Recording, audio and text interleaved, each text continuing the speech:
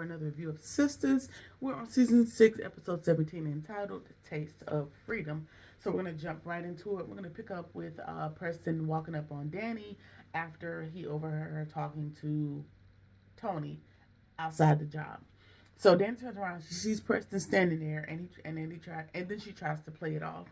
He claims that he was standing there for a very long time, but he wasn't even there on no creepy stuff. He was there to put a surprise inside of her car, and she's asking him like, with what? And he was like, with your spare key, and that's gonna be problematic as well because, sir, that lady did not ask you to first locate her spare key and then use it because obviously she didn't give you permission to use it. Hence her surprise. And so whatever. And so he's, kind of sizing Tony up, trying to see how he knows her. What do you mean you saw each other last night? Blah, blah, blah, blah. And so Danny's telling her, like, listen, we'll talk about this later. I'm at work. I'll holler at you later. He's like, listen, I'll come back for lunch and we can talk about it. She's like, no, that means you'd still be at my place of employment and I don't want to get into all that. So, I said I'll talk to you later. So I'll talk to you when I get home. Now, later on in the episode, we know she never takes her ass home. At least for the foreseeable future, she goes straight to Sabrina's house to change her clothing for the meeting with the guys, for dinner with the guys. Anyway, that is how that kind of summed up for now. Moving on, Andy and Sabrina, they're kind of still reeling in the good news that is the dismissed case that the DA just told Sabrina and Maurice. And so the girls are going to go out and celebrate, and Maurice is like, okay, cool, like I got a cute little outfit I can wear. Sir, you not my friend, you Sabrina's friend, and so I would like to take my friend out to dinner to celebrate, her freedom that she gets to keep. And so, of course, Maurice is gonna be his regular dramatic self, and just picks up insulting Andy and the rest of the girls back where he left off at, and all is well with the world. We're gonna presume at this point. They're talking about the men from last night, and he tells Sabrina that she's not gonna go because Jordan hadn't called her yet. She hadn't heard from him all day, and so she decided that she's not going to participate. And that's going to be a theme for this episode. Andy's going to piss me off, because you only went on one date with the guy. You probably talked to him through social media or through the apps or whatever, but you are expecting high interest early on. If that, don't get me mistaken, I'm all about, apply pressure or whatever it is that you think that people need to do to show that you are interested. But if he's going to be his real self and not send his representative to the table, he's letting you know like he's nervous. We see later in the episode that he's saying he's nervous and he's not sure, and basically he ain't got a whole lot of game. His friend told Danny that as well. Like he ain't got a whole lot of bars to spit. He don't have a whole lot of game per se. He's not like a, what do you call it? I hate the terms alpha and beta, males and females. I just feel like your characteristic is your characteristic. So I don't want to say alpha male characteristic. I will say he's not a pursuer or a hunter, whatever you want to call it. He's not that type of dominant personality that Gary is, and she's operating as if he is, by way of saying, oh, I haven't heard from you today. Well, girl, I talked to you last night and I invited you to dinner. That was your invite. Now, us having small talk throughout the day, while nice, cool, I don't know if that's going to be a prerequisite to dinner. But, hell, what do I know? Moving right along.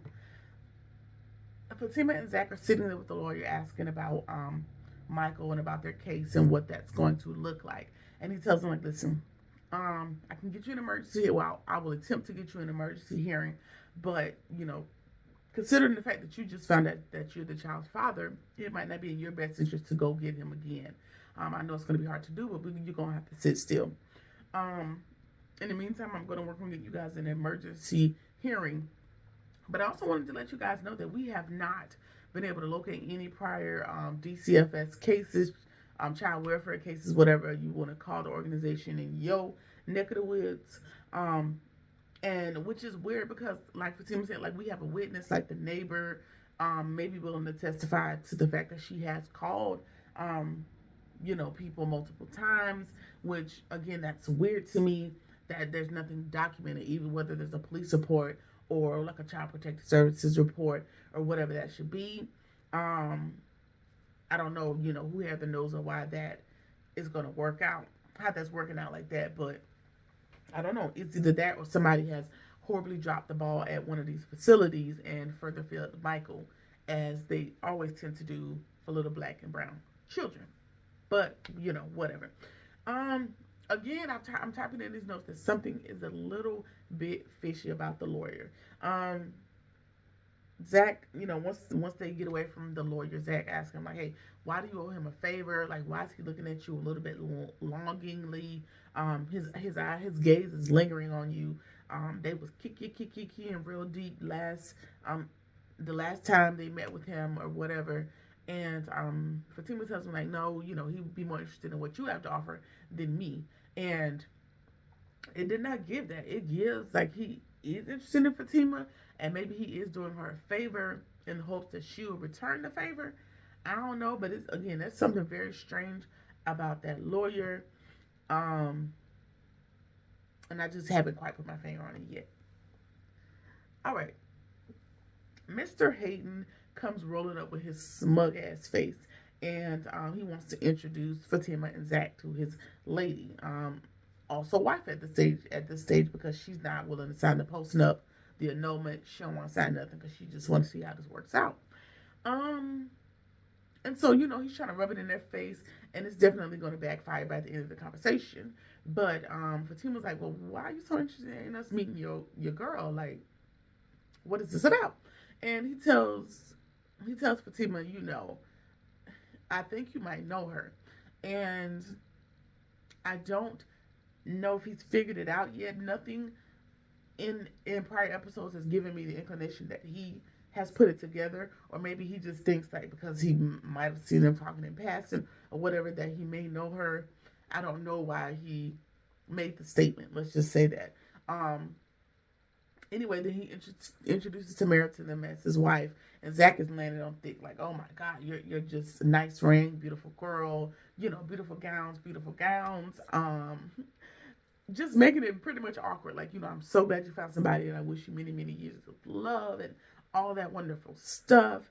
And just landing on thick, and then he goes on to say, "Now that you have somebody, maybe you can now stay out of our business." And so Tamara's looking like, what you talking? Like, I don't know what you're talking about, but it don't sound good. And so Zach gives her a little bit of information saying like, Hayden's been carrying on a little bit, so deep in our business, but it's okay. It's cool. We ain't got no smoke now that he has you. We have nothing to worry about. Again, just making it so doggone awkward. And so now, where Hayden came to gloat, he has to try to whisk her away so that we don't have to just stay in this awkward conversation forever. All right. So, okay, and now we get a little bit of filler in the episode, and Sabrina calls Danny to tell her, about the charges being dropped, and she's so excited, and it doesn't seem as if Danny is as happy about the news as she is. She's kind of preoccupied with everything that just went down with Preston, and she tells Sabrina like she might be regretting um, giving Preston another shot at this thing, or for them to see how it goes, because she also knows that Tony might be a great guy for her, and she's already tied herself to Preston. Um, and while I see what you're saying, I'm not going to agree, because y'all are seeing how it goes, which means it might not go. And that's okay. That's the gist of dating. And if you want to date multiple people, then girl, date multiple people. I ain't say screw. That's not what I said. I said date. Go out, get to know, have a couple drinks, take your ass home. But it's not off the table. It's not far-fetched. That's all I'm saying. Moving right along. Tony wants to know how our conversation went with Preston. I guess he was probably in the hopes that, that they would break up and he would be a shoo-in at this point. He was also surprised to learn that Preston is white, and so they talk about that for a little bit. And she's kind of annoyed at her black card, quote unquote, being in question. And then he goes to ask her if she's still happy, and she was like, "Well, I feel like you think you already know the answer," which we probably already know the answer, that okay, y'all are filling it out, so you don't know if you're happy, sad, you don't know what you feel currently. So Whatever. Fatima stops by Andy's on her way out of the office and tells her what she said about the emergency hearing and all that good stuff. And Fatima's like, listen, I didn't want to make Zach nervous, but I don't believe that Michael's going to fare very well in the environment that is Heather. So something got to shake. And, so they commiserate over that a little bit. And then Jordan finally calls because Tony called him while at the airport with Danny, let him know, like, hey, you messing this up for all of us. You need to call her. She's waiting on your call. And so, he finally calls and she's avoiding the call. Mind you, waiting on the call all day. Then he calls. Now you playing phone tag. You playing games. Anyway, so Fatima answers for her as if, she is her secretary or whatever, answers for her and forces her to answer the call. And then she claims that she's made other plans since she hasn't heard from him all day, blah, blah, blah, blah, blah. And he goes on to me like, listen, I'm just nervous. I don't want this to be a wasted effort. I didn't want to be disappointed because I'm unsure that you feel as strong as I feel about you. Few messages back and forth on the app and one date, and he feels very strongly. It's given like the Notebook type energy very early on, in my opinion, but it's also Andy. And whatever. Anyway, she has him stumbling all over his words and she tells him like, hey, I'm sorry I'm not gonna be able to make it. I already made plans or whatever. And so Fatima again acts as her secretary and tells her like, hey, the plans that you have for dinner tonight have been canceled. So look like you gonna be over there at dinner, just to kind of move this along so we not playing this whole coy game back and forth. And then, once the call is over, Fatima tells Andy, like, listen, Jordan don't have no game. Obviously, based on the call, he ain't got no games. He ain't got no sweet words to give you. He's just, taking it how he's handling you himself, how he is. So there's no point in playing hard to get. There's no point in playing games because that's not going to work for that person. Remember, we're not appeasing Gary. That's not what we're doing. And of course, that's foreign for Andy because she spent all these years tied up in Gary and what works for him. So she's gonna have to try to get out of there. Andy asks her if she's okay with everything that is going on with Zach, with Fatima and Zach. And I'm sorry, I'm reading my notes, and when I get to it, I get pissed automatically when I keep reading what she said. What she said is, I'm okay with all of this because it was before me. And Andy's like, okay, I got it, I understand. However, it is still spilling over into what you guys presently have. Reasonable, right? And so Fatima goes on to say, it's cool because I'd rather walk through hell with Zach than to be by myself. And that pissed me off.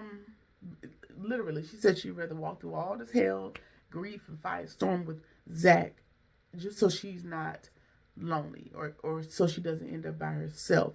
And that's cool. That's all right. That's your truth. That's your cross to bear. All of that. However,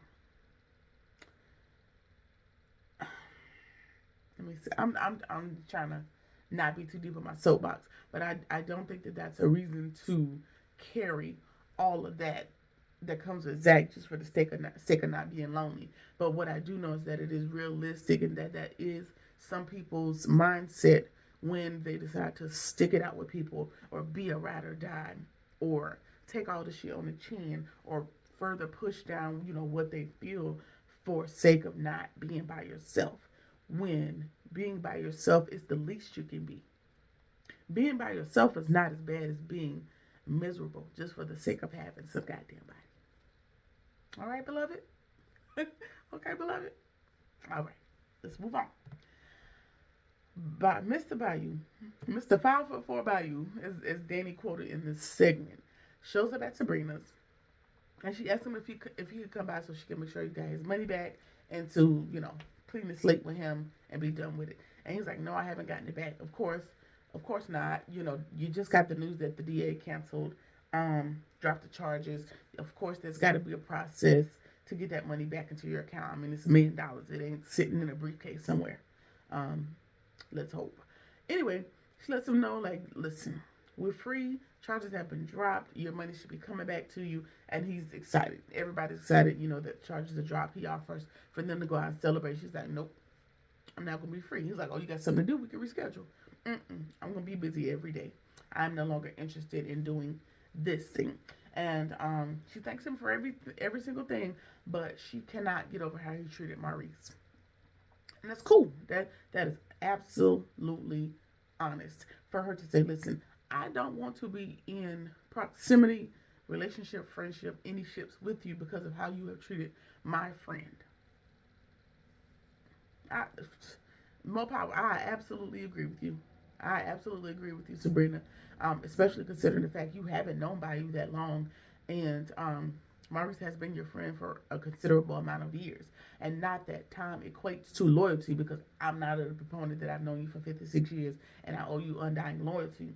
That's not the case. The case is that Bayou so easily um, judges people and flies off the handle and kind of throws around his wealth, and that his wealth is his personality essentially. And so he's very, if it ain't going his way, if you ain't agreeing with him, you're gonna be all types of names.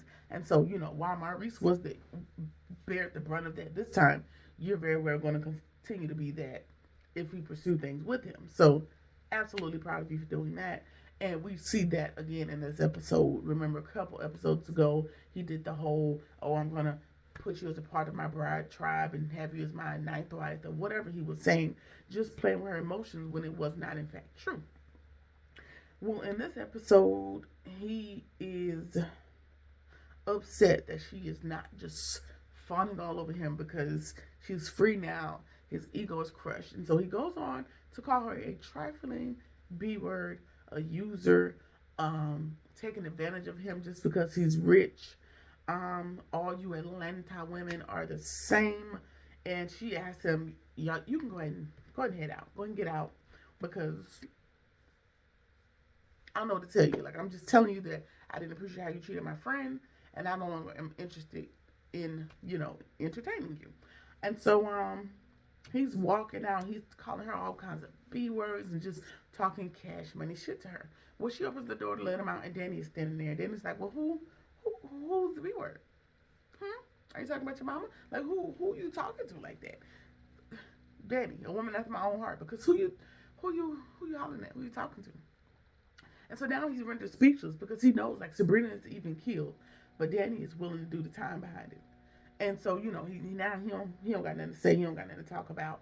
And Danny tells him, like, listen, you go ahead and head out because I will really cut you with this bottle of wine. So you go ahead and go before shit gets sticky. And then, he's dismissed or whatever. And she tells Sabrina, like, listen, don't dwell on that too long. Listen, we're celebrating your freedom. It ain't even about him. So we gonna go on about our business, and we're gonna have some drinks because we got a group of men waiting on us. So we not even think about mighty mounts at this stage of the game. All right. Karen is tiptoeing to Zach's door to drop off more stuff for baby Michael. She's riddled with guilt, associated with how she acted at the grocery store. And so he catches her trying to leave, and she tells him, like, hey, it's just a few more items for Michael. And he tells her, like, listen, you don't have to do that. Appreciate it, but it's okay. You ain't got to do all that. And he tells her, like, everything that went on with her, they're coming back to get him, and, now they got to fight it through the legal system, blah, blah, blah, blah, blah. And then he goes on and asks her, like, hey, why are you doing all this? And something about her seeing him and Fatima in the store with Michael kind of triggered her, because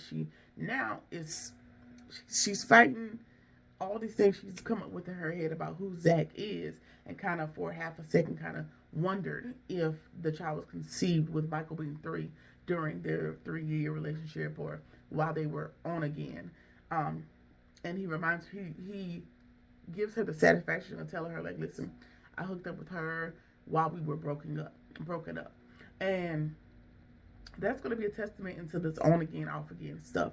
It is hard to pinpoint when things happened, because you on again, you off again. It was on our 1 week breakup. Blah, blah. It's too convoluted, and it's just too much. And first of all, that's just too many disease is going around for you to be hopping in and out, for her to even have been able to conceive while you and Karen were in a committed relationship, whether that was Monday through Friday and you hooked up with her on Saturday, Sunday during your breakup. I don't know. It's just too messy. And the on again, off again, I'm not a proponent. We all the way off, all the way on. That's it. That's all. All right. Fatima gets home and she's just kind of overwhelmed with the thought of everything. She tells Zach, like, hey, you know what? F it. If you want to go get Michael, we can go get him. And he's like, well, what are you talking about? Like, when did you get back on this bad cop tip? Like, we're supposed to be waiting on, the emergency hearing to see how that's worked. And she was like, listen, it don't even matter. Let's just go get him and let the cards fall how they may. And then Zach is like, listen, now we're going to have to fight a kidnapping charge if we keep doing this. So let's just give the lawyer an opportunity to do his job.